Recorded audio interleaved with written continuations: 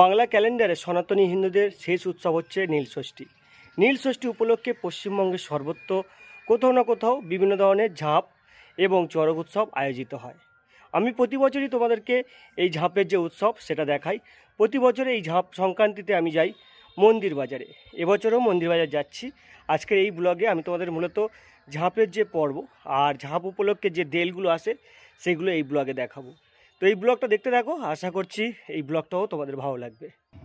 মন্দির বাজার কেশবেশ্বর মন্দির সংলগ্ন যে গ্রামগুলি আছে সেই গ্রাম থেকে একটি করে দেল আসে এবং সেই দেলে প্রচুর মানুষ আছে এবং দেলগুলো দেখতে কিন্তু বেশ ভালো লাগে। আজকের ব্লগে মূলত তোমাদেরকে দেলগুলো দেখাবো। তো এই ব্লগটা তোমাদেরকে দেখার অনুরোধ করব, কারণ আমি মূলত সনাতনী ধর্ম এবং গ্রাম বাংলার উৎসবগুলি তোমাদের জন্য তুলে ধরি। মন্দিরে অনেক আগে থেকে শুরু করি আর পরপর এই যে দেলগুলো এরা কিন্তু যেতে শুরু করেছে। আর দূরে কেশবেশ্বরের মন্দিরটা দেখা যাচ্ছে। আর বেশ কয়েকদিন আগেই যে আমাদের রামনবমীর র্যালি ছিল সেটা হয়ে গেছে, তার যে গেরুয়া ধ্বজ সেগুলো এখনও পর্যন্ত ঝুলছে। এই যে এরা কিন্তু যাবে, এদের দেল এই রেডি।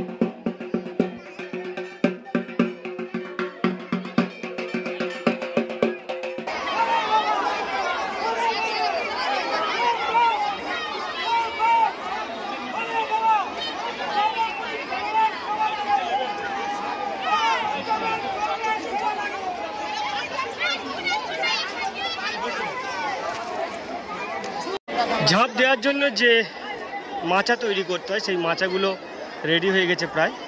আর আমি আজকে একটু লেটেই ঢুকলাম গত বছরের তুলনায়, যার জন্য কিন্তু মাচাগুলো বাঁধা তোমাদেরকে দেখাতে পারলাম না। ঝাঁপ শুরু হবে কিছুক্ষণের মধ্যে। হাজার হাজার মানুষ এই মুহূর্তে অপেক্ষা করছে। ঝাঁপ দেওয়ার আগে মন্দিরের চতুর্দিকে ঘোরার একটা ব্যাপার থাকে, সেই ব্যাপারটা এই মুহূর্তে চলছে। যারা ঝাঁপ দেবেন, যারা এই সন্ন্যাসীতে আজ অংশগ্রহণ করেছেন তারা কিন্তু মন্দিরের চতুর্দিকে ঘুরতে শুরু করেছেন। পাক দেওয়ার যে রীতি সেটা গঙ্গা থেকে উঠে এসে স্নান করে তারা মন্দিরের চতুর্দিকে ঘুরছে। আর মন্দিরের উপরে কিন্তু বিভিন্ন ধরনের ফল ছোঁড়ার রীতি রয়েছে। যারা সন্ন্যাসী হয়েছেন তারা বিভিন্ন ধরনের ফল যেমন শসা, আম এগুলো কিন্তু একেবারে উপর পর্যন্ত ছোঁড়ার চেষ্টা করছে।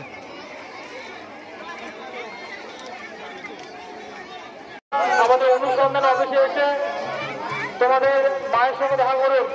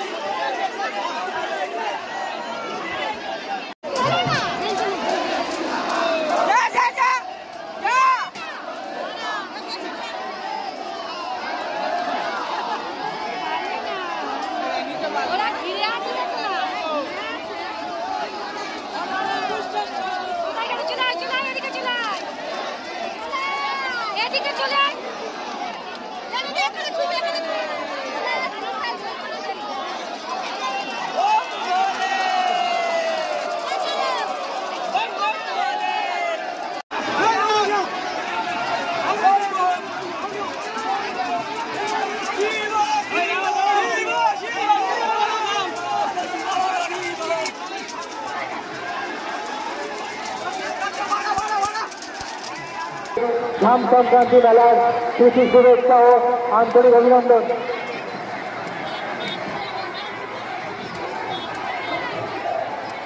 আমাদের অনুসন্ধান অফিসের পাশে একটি দৌড় উঠেছে, সবাইকে বলবো রাস্তাটি ছেড়ে দাঁড়ান যাতে দৌড়টি ভালোভাবে